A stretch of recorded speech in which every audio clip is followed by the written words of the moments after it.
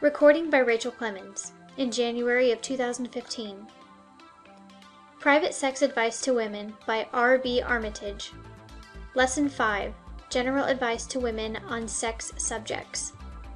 In this lesson, the writer seeks to direct the attention of his women readers to certain subjects upon which the average woman is not well informed, and upon which she usually requires sound, sane, clean, frank information. In many cases, women hesitate to ask even their family physicians for such information, and although there is no rational reason for it, they even shrink from consulting better informed and capable women concerning these subjects. Sexual feeling.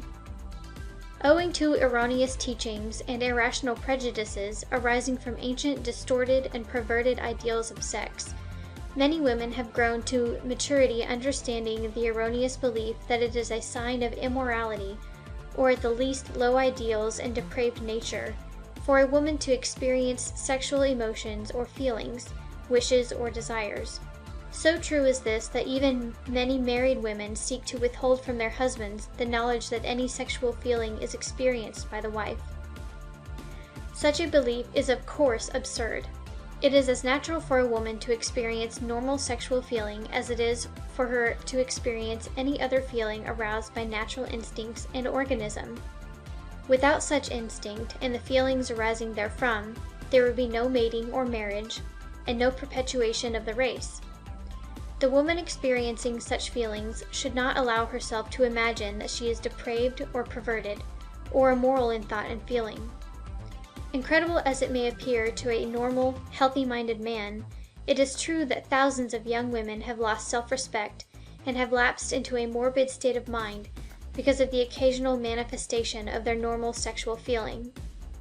This does not, of course, mean that women must necessarily manifest into action these feelings experienced by her. On the contrary, she must acquire self-mastery and self-control, just as she must in other phases of her life.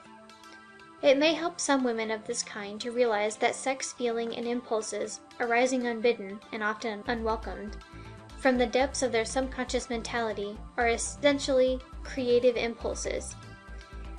If the woman be unmarried, or if married and placed under conditions in which the marital relation with the husband is impossible or undesirable, then she can transmute this creative energy in some form of creative work, in work which leads to creation, manufacture, building up, or composing something. There is a hint here which will prove a great blessing to the woman who will understand and apply the principle suggested, for many other women have found it so. As for the married woman, there is no reason whatsoever why she should seek to withhold from her husband the knowledge that she is possessed of normal, natural, healthy sexual feeling. In fact, the withholding of such information and the concealment and deception arising therefrom has often done much to bring marital inharmony between husband and wife. If there is any deception to be practiced in the marital association of husband and wife, it should rather be in the opposite direction, i.e., in the direction of pretending the emotional feeling when it exists only partially or is absent. The last matter, however, is one for the exercise of judgment and conviction of each individual woman. But the first mentioned admonition is one which should be observed, as it is based on honesty, truth, and good judgment as well. Alcohol and sexuality. It needs no extended argument to convince the average person that an individual will do things under the influence of drink that he or she would not do when perfectly sober.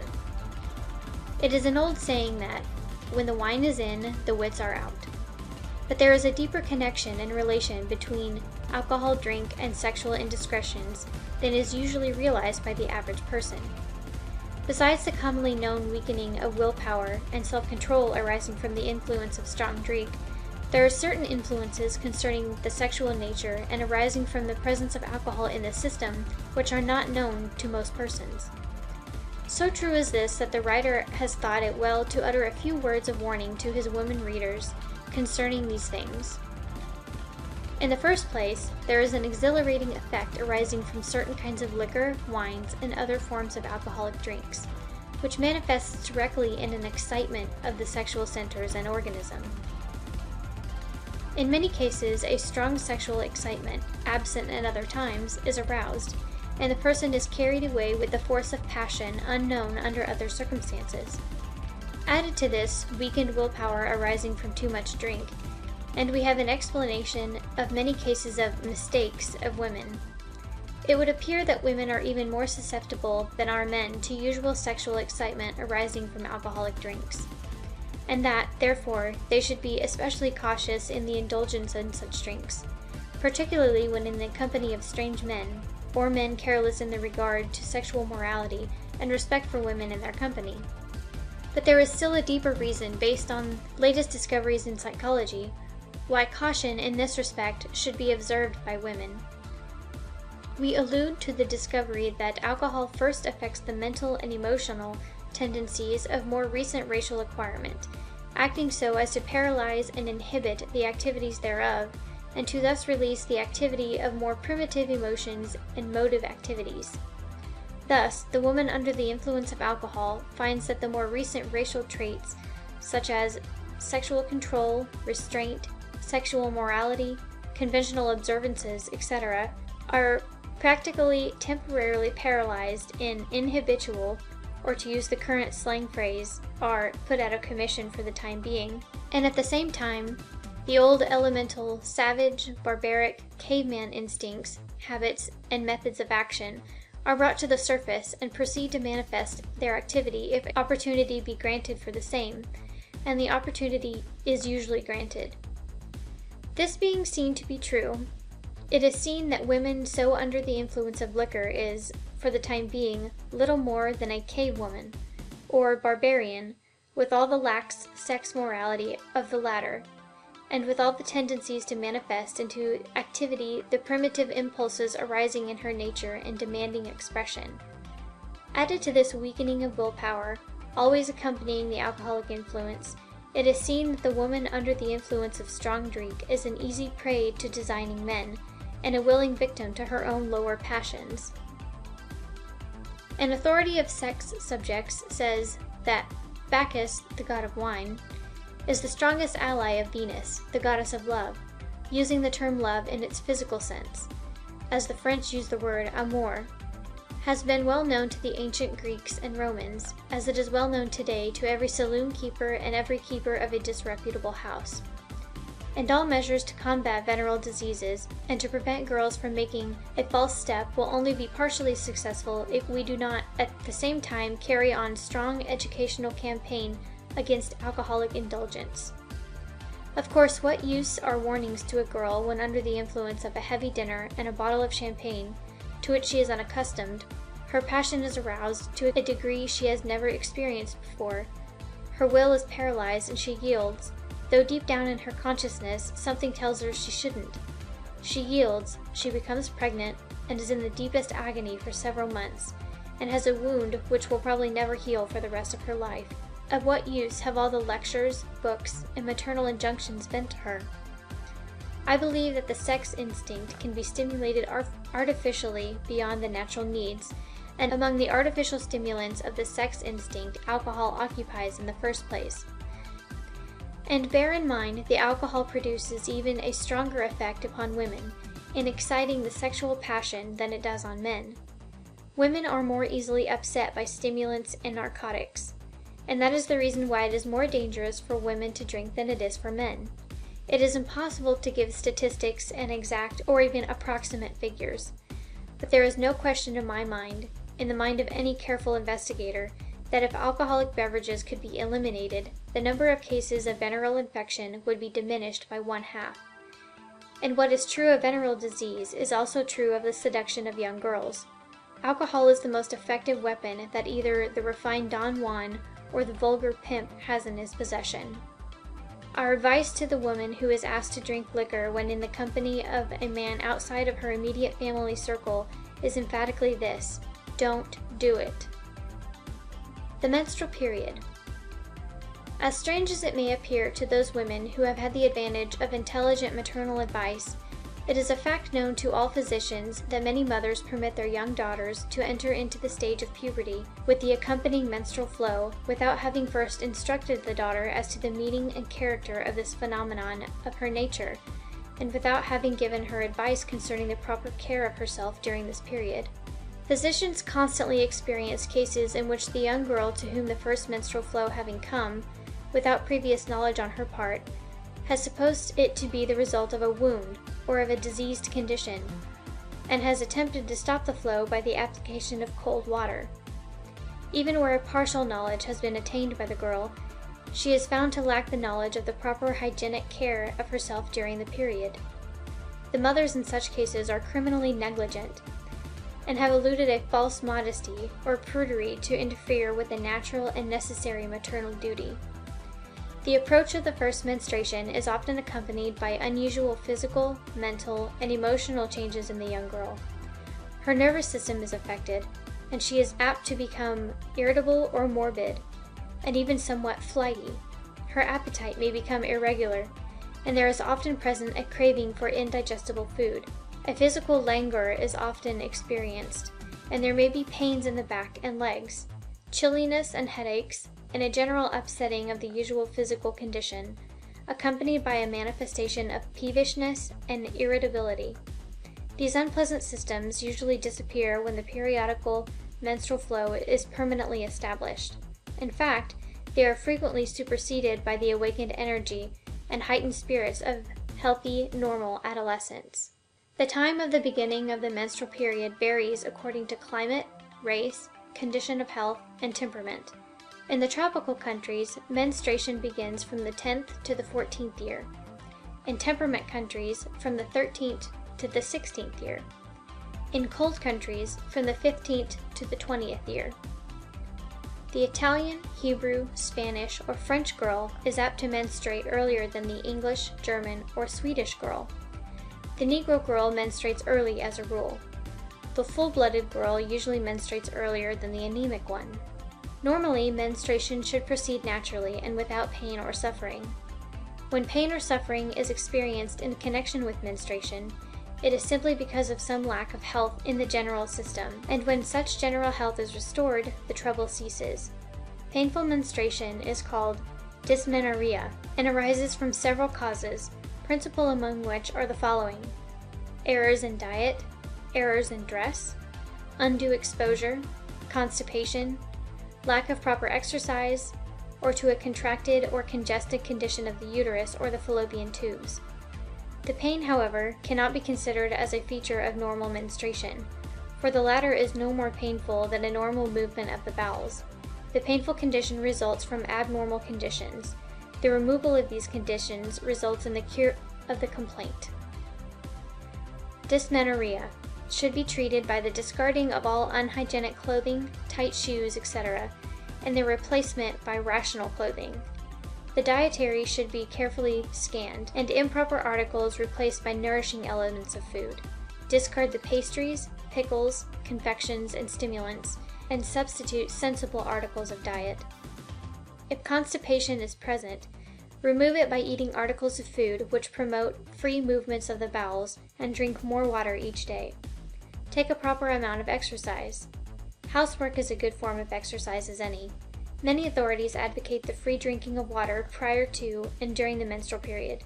Some go as far as to say that where there is painful menstruation, there is always a lack of proper amount of water taken into the system.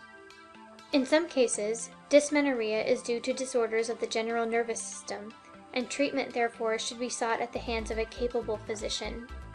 Amenorrhea, another disorder arising in connection with the menstrual process, consists of retention or suppression of the menses, or of scanty menses, or occasional skipping of the periods. This condition is apt to manifest in cases of extreme obesity or fatness. The nervous system being burdened with superfluous flesh, its menstrual rhythm is often affected. Suppression of the menses also sometimes results from exposure and disturbing mental emotions. The most approved treatment is that of remedying the abnormal general physical condition, proper diet, and the use of hot drinks, hot sitz baths, and hot enemas about the time of the beginning of the normal period. Menorrhagia, another menstrual period disorder, consists of very profuse flowing. It is, in fact, a mild form of hemorrhage. It usually arises from general debility, shocks, to violent exercise or labor, and also in many cases from undue and too frequent sexual intercourse. Sometimes the excessive flow occurs during the regular menstrual period, while in other cases it may manifest itself out of season, sometimes as often as 2 or 3 times a month. The duration of the normal period of menstrual flow, however, varies greatly among different women. The normal period may be said to last from 2 to 6 days, so what might be an excessive flow for one woman would only be normal for another. Temperament plays a large part in determining the quantity of the menses. Some of the accompanying symptoms of menorrhagia, or profuse flow, are lassitude, shortness of breath, faintness, dizziness, headache, irritability, and nervousness, and often leukorrhea between periods. The general treatment consists in measures calculated to bring the general health of the woman back to normal. The buildup of the general system, by means of nourishing food, proper exercise, etc., will almost always result in curing this disorder. A well-known authority has said, "The hygiene of menstruation can be expressed in 2 words, cleanliness and rest." So far as rest is concerned, the woman need not be urged to take it at this period, that is, if she is able to do so. Care should be taken not to exercise unduly at this time, and under the head of exercise may be included dancing, horseback riding, and automobiling, as well as more common forms of athletic work. It would seem that common sense is the general desire for cleanliness and daintiness would cause all women to observe the plain hygienic laws of cleanliness at the time of the menstrual period. And indeed, it is probable that such would be the case if it were not for the fact that some ancient superstitions still exert their power over the mind of many women in regard to the use of water during the menstrual period. While it is true that cold baths and cold water bathing are not advisable for the average woman during the menstrual period, although some especially robust women bathe and swim as usual during this period, this prohibition does not apply to the use of warm water during the period. Lukewarm baths are permissible at this time, and the woman should wash the external genital parts with warm water, with soap if desired, every morning and evening of the period. A vaginal douche of lukewarm water is an excellent adjunct to the bathing of these parts. It is astonishing to meet with the superstitious prejudice existing in the minds of some women concerning the use of the vaginal douche. These good creatures seem to think that it is either unnatural and unhealthy, or else is something not respectable and fit only for the use of immoral women. These women should get in touch with modern hygienic methods and learn to use the douche at least during their menstrual periods. At this time, if the plain rules of cleanliness are not observed, there often occurs a decomposition of the blood which has gathered in or about the genitals, and an offensive odor is manifested. Some women, while feeling distressed about this odor, are afraid to use lukewarm water in washing themselves, owing to some old unexplored superstition handed down from great-grandmother's time. The napkins should be exchanged at least every morning and evening. Unclean napkins may lead to infection, and it is probable that many cases of leukorrhea have their origin in lack of cleanliness concerning the napkins, cloths, or rags used during menstruation. It may seem almost incredible to the average woman reader, but physicians know of cases, usually among the poorer and more ignorant foreign classes, in which the girl is instructed by her mother, grandmother, or aunts that she must wear the original cloth or rag during the entire period, as she will catch cold by a change to a clean, fresh cloth while the flow continued. Imagine the result of such a practice. This last is an extreme instance, of course, but it will serve to show the absurd, harmful notions prevalent concerning this important natural function and its incidence. Leukorrhea. A very common disorder among women that is known as leukorrhea, or the whites. It consists of discharge from the vagina or the uterus through the vagina. It is in fact of a catarrhal nature, and results from an oversecretion of the mucous fluids which, in proper quantity, keep the mucous membrane of the said organs in good condition. The discharge manifests in various shades and degrees of consistency. From the character of the discharge, physicians are able to determine whether it comes from the vagina or the uterus. The discharge from the vagina usually is a light, creamy fluid. That from the neck of the uterus is a sticky, thick fluid flowing rather freely. That from the lining of the uterus is alkaline and generally precedes and follows menstruation. And that accompanying ulceration of the womb is semi-purulent and offensive in odor. Leukorrhea has many causes, among which may be mentioned the following: getting chilled feet or body, particularly during menstrual period, overexertion and overwork standing on one's feet, chills following dancing in overheated rooms, excessive worry or emotional strain, etc. It is a quite common complaint, and some assert that fully 25%, perhaps more, of all women suffer from it to at least some extent. The general treatment of leukorrhea consists of the building up of the entire system by the proper hygienic methods. Constipation should be removed, and the system is built up by proper articles of food, exercise, etc. The use of the proper douches are also advisable by the best practitioners. Physicians also treat inflamed areas by local treatments consisting of painting the vagina or the neck of the uterus with certain medicinal solutions. Certain suppositories and douches are also employed in some cases. It is always better to consult a good physician in these cases, particularly where the trouble is aggravated or of long standing. A popular writer on this subject gives the following prescription for vaginal injection: white fluid hydrastics, 2 ounces, borax, ½ ounce, distilled witch hazel extract, 1 pint. Use of this preparation: 1 ounce diluted in a pint of lukewarm water, as a vaginal injection taken twice each day. A well-known authority gives the following advice concerning the treatment of leukorrhea. One of the simplest things is an alum tampon. You take a piece of absorbent cotton, about the size of a fist, spread it out, put about a tablespoon of powdered alum on it. Fold it up, tie a string around the center, insert it into the vagina as far as it will go, and leave it in for 24 hours. Then pull it gently by the string and syringe yourself with a quart or 2 of warm water. Such a tampon may be inserted every other day or every 3rd day, and I have known where this simple treatment alone produced a cure. In some cases, however, douches work better, and the 2 best things for douching are tincture of iodine and lactic acid. Buy, say, 4 ounces of tincture of iodine and use 2 teaspoonsful in 2 quarts of hot water in a douche bag. This injection should be used twice daily, morning and night. Of the lactic acid you buy, say a pint, and use 2 tablespoonsful to 2 quarts of water. The lactic acid has the advantage over the tincture of iodine that it is colorless, while the iodine is dark and stains whatever it comes in contact with.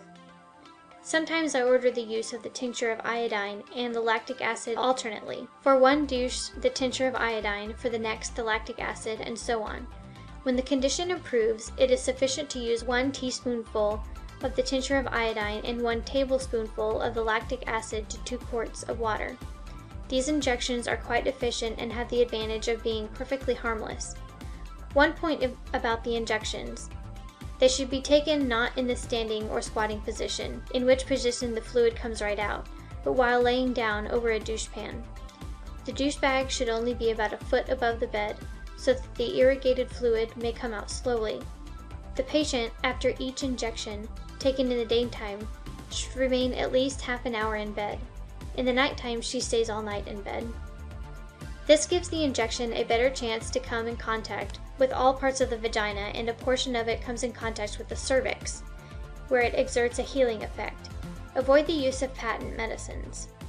Uterine displacement. The woman suffering from uterine displacement should of course consult a competent physician and be governed by his advice. The following suggestions, however, will be found to be of service in many cases. In the case of prolapsus, or falling of the womb, many women have found great relief, in many cases permanent improvement, by taking occasional rests in bed for an hour or so, with the feet and lower part of the legs raised at least 8 inches above the level of the head. In this plan, the uterus is replaced by gravitation. Some authorities advise practicing waist breathing while lying in this position, thus exercising the abdominal muscles. Dr. Taylor says, increase the pump-like action of the chest, and it will be found that the displaced viscera will return to their normal position. Some have also found relief from the use of alum water, vaginal injections once or twice each day. The alum water is prepared by dissolving 1 heaping teaspoonful of powdered alum in a pint of lukewarm water. This last treatment often strengthens the vaginal muscles whose yielding has at least partially been the cause of the falling womb. In cases of retroversion, in which the uterus is turned or bent backward, the knee and chest position will often aid in causing the organ to regain its normal position. In this position, the woman kneels and rests her chest upon the bed, thus causing the hips to be elevated. In cases of anteroversion, in which the uterus is turned or bent forward, relief is often obtained by the woman resting upon the back, using a pillow to elevate her hips. Intercourse during menstruation. It would seem that the natural aesthetic repulsion to the exercise of the marital relations during the menstrual period should be sufficient to deter men and women from indulgence at this time. But many seem to have overcome this instinctive repulsion, and to these a stronger reason must be given, and the reason is at hand. The reasons in question are as follows. First, that the congestion of the uterus and ovaries sometimes results from this unnatural practice. Second, that the man may possibly contract an inflammation of the urethra by infection from the degenerated membrane, tissue, blood, etc. of the menstrual flow. And third, that such practices may result in the aggravation of discharges from the woman, such as leukorrhea, etc. Intercourse during pregnancy. The best authorities advise total abstinence from sexual intercourse during the period of pregnancy, but in view of the fact that such abstinence is very difficult for most men, and that few will persist in it, it is thought to well point out the fact that at least an extreme moderation is desirable in such cases. A leading authority says on this point, during the first 4 months of pregnancy, no change need be made in the usual sex relations. Their intensity should be moderated, their frequency need not. During the 5th, 6th, and 7th months, intercourse should be indulged in rare intervals, once in 2 or 3 weeks. The act should be performed without any violence or intensity. During the 8th and 9th month, relations should be given up altogether, and this abstinence should last until about 6 weeks after the birth of the child. During this period, the uterus undergoes what we call involution, that is, it goes back to the size and shape it had before pregnancy, and it is best not to disturb this process by sexual excitement, which causes engorgement and congestion. Sterility in women. Sterility, or barrenness, i.e., the inability to bear children, is frequently met among married people. It is usually blamed upon the woman, whereas in at least 1/2 of the cases the fault is with the man. The causes of sterility in women are usually one or more of the following: inflammation of the fallopian tubes, which may have been caused by gonorrhea, or ordinary inflammation. In some rare cases, childbirth has been known to set up an inflammation in this region, which has prevented the woman from future childbearing. The inflammation causes the tubes to clog up or become closed, so that no more ova can pass through them from the ovaries to the womb. In some cases, also severe cases of leukorrhea have caused sterility, as the discharge is sometimes fatal to the life of the spermatozoa and destroys them. In other cases, misplacement of the womb causes sterility. Also, severe inflammation of the neck or mouth of the womb operates in the same way, in some cases. In cases of sterility, the woman should have an examination made by a competent physician, and it often will be found that the cure of the disorders above noted will work a cure of the sterility. But in all cases of sterility, it will be found that the husband should be examined as well as the wife. In fact, many authorities insist that the husband should be examined first. Venereal diseases frequently produce sterility in the man, although he is loath to admit this and is apt to place the blame entirely upon the woman. Miscarriage and abortions. The terms miscarriage and abortion respectively, mean the expulsion of the fetus from the womb before its natural time of delivery. In common usage, the term miscarriage is usually employed to indicate instances in which the premature delivery has occurred without any voluntary act on the part of the woman or other persons acting with her permission. The term abortion being reserved for instances in which the miscarriage has been voluntarily produced. When the fetus dies within the womb of the mother, it is usually expelled spontaneously within a few days or even a few hours. Some women suffer from certain weakness, which result in habitual miscarriage. Such women seem unable to carry the child for the full natural term, and lose it at some time during the period of gestation. Like results often arise from certain diseases, principal among which is syphilis. In some cases, the physician produces what is known as therapeutic abortion, for the purpose of saving the life of the woman. That is sanctioned by medical custom and by law. Other forms of abortion, performed for the purpose of preventing the progress of gestation, and designed for the destruction of the embryo or fetus, are known as criminal abortion, and are punishable by severe legal penalties. Abortions are frequently followed by severe illness, invalidism, or even death for the woman. Many women have had their entire lives ruined by this evil practice. It is one of the curses of modern civilization, and one which must be removed by means of rational instruction and education along the lines of sexual science if the race is to be prevented from deterioration. The subject will be further considered in the subsequent lessons in this book. The best advice to those who have contemplated the performance of abortion is simply this: don't.